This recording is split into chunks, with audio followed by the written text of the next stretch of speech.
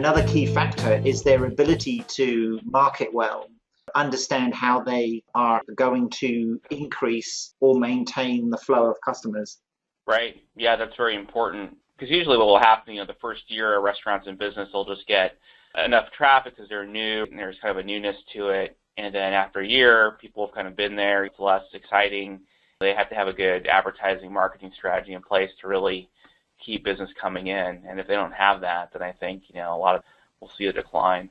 My sense is in a lot of businesses, particularly that type of business, there's still a propensity of some people doing that have the mentality of, if I build it, they will come, as against understanding that they have to work hard to grow or maintain their client base.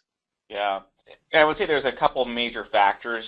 Everyone knows location. I mean, that's super important in that type of business. Also, kind of what their cost structure is too. I've seen clients just because they're not really in an ideal location and they had, they were in a mall, for example, and their rent was really high, and that didn't really support their business model. And so ultimately, they couldn't afford it and had to go out of business. If they had been more experienced or kind of understood the numbers involved in terms of the ratios that they're looking for based on their capacity, then they would have been more well off in the long term. Locally where I am, there's a particular corner restaurant building on a strip mall, and I've seen, and it's a fairly busy strip mall, but I've seen in the last 2 years 3 separate businesses go in there and then disappear after 6 months or so. Yeah, most businesses fail because they run out of money. What I see with restaurant businesses, it is a capital-intensive business for sure, and it's just about having enough capital when you really go in there to kind of weather out the storm.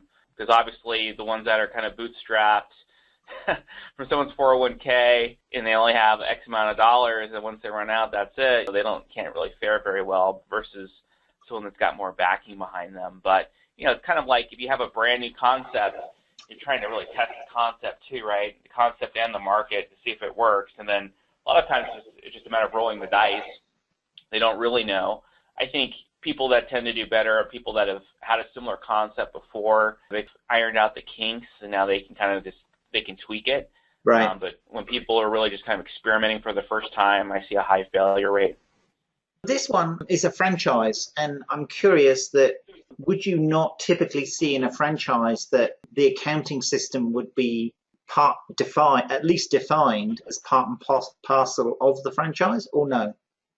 It really depends. Some of them have a standardized franchise chart of accounts they like to use, so everyone can kind of have a similar type of, when they run financials, they can have similar types of metrics and reporting. Exactly. The franchises they kind of leave it up to them.